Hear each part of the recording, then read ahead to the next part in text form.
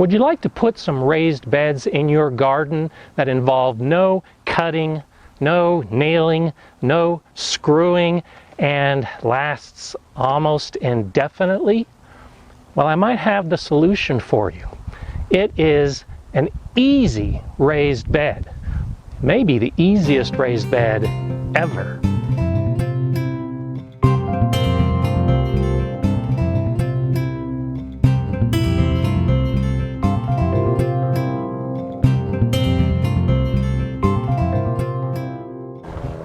Hi, I'm GardenerScott, and I've been constructing most of my garden beds from wood. I like the look, they're relatively inexpensive, and it's the classic raised bed look. But there's a much easier way to get raised beds. I've got a few of them in my garden, and I'll probably add some more. Here they are. And when I say easy, I mean easy. I bought it. It's in place, it's ready to fill with soil, and that's all I have to do. This is a raised bed ready for planting. There are a few things I want to do to make it better, but as far as easy, all you have to do is get one of these, put it in the ground, and you've got a raised bed. So what are these easy raised beds? Well, they're troughs. They're livestock troughs. They're for feed or water for cattle and horses and goats and sheep, livestock. They're made from galvanized steel. They'll last almost forever. Unlike the wooden raised beds, these won't break down. You put them in your garden and you've got a permanent raised bed. These are 2 feet high, 2 feet wide, and 3 feet long. That's the size I chose. I wanted 2 of them just because of the way they look. But they come in many different sizes. I could have got one that filled this entire area. At a nearby ranch supply store, I've got lots of options to choose from when it comes to these stock tanks.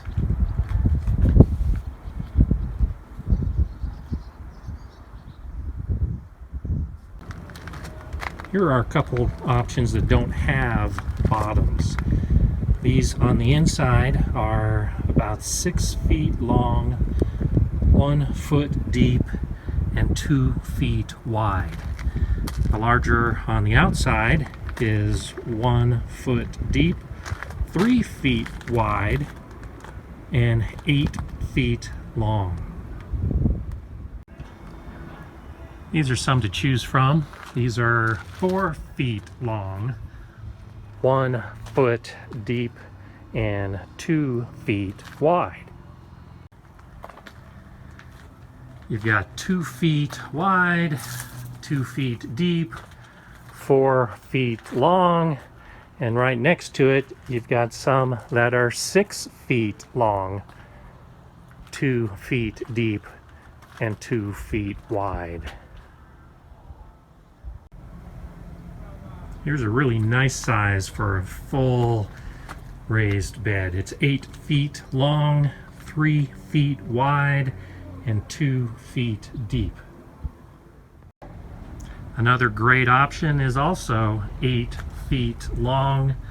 This is 2 feet wide and 1 foot deep.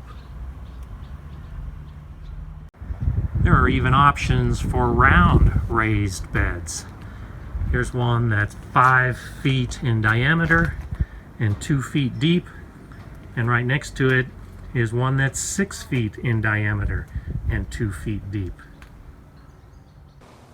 As you can see, there are a number of options when it comes to choosing the size of your raised bed. You're not limited to the little ones I chose. You can get quite big. Just look for a ranch supply store in your area and you might be surprised at what you can find. And when you have the size you like, you buy it, you put it down, and you've got your easy raised bed. For the most part, the cost of a trough as a raised bed is more expensive than the same size bed made out of wood, especially if you're just using 2x8s or 2x10s or 2x12s for your bed. It will cost more to get the galvanized trough. For a more substantial bed like this one that I made using 4x4s, well, the cost of this wooden bed is about the same cost as if I had done this whole area with a trough the same size. But with a trough, you don't have to hammer and cut and screw all the boards together. You just put it down and it's ready to go. It's easy. Now, I could be done at this point. I have these beds ready to fill with soil and ready to plant.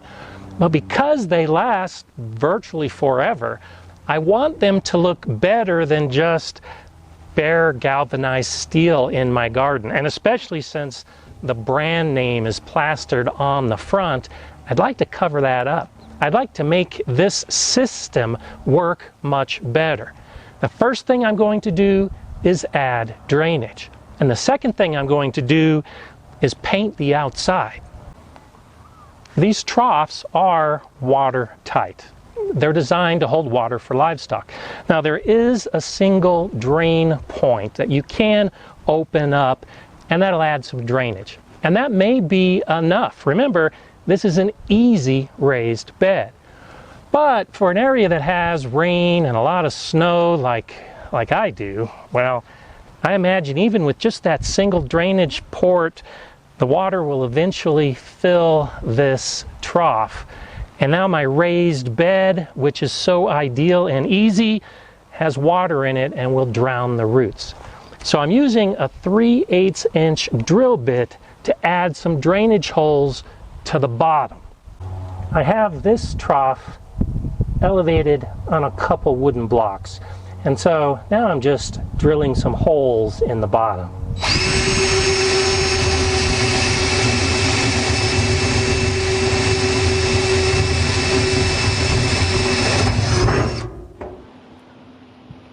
I've drilled 12 holes in the bottom of each of these raised beds. Remember, this is supposed to be easy, and essentially I'm done. These beds are ready to use, but I want them to look a little bit better. If you like the look of the bare galvanized steel, and especially if you don't have the brand name on the front, well then be done at this point. Your easy raised bed is ready to fill and grow. But I want it to look a little nicer, so that's why I'm taking this next step. I'm using a clean metal primer, and it's designed to go on bare metal like this. I've already cleaned it all off, it's ready to paint. I advise using a primer. Now it can be the final color, but especially if you're going to do additional decorating, and I want to have my grandkids actually paint some pictures on this, you really want to use a primer first.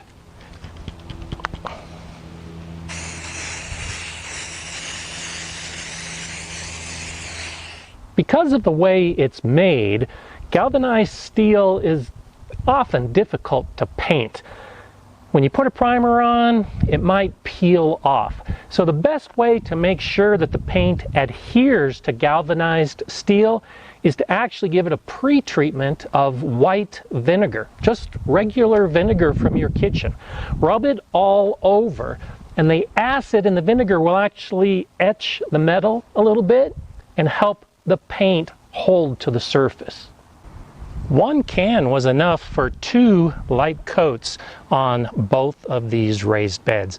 I do have another can, so now I'll go ahead and let this dry and apply that one later. But now I can start thinking about what the final color will be, and maybe some of the designs I can recommend to my grandkids. It's up to you to decide just how easy these raised beds really are.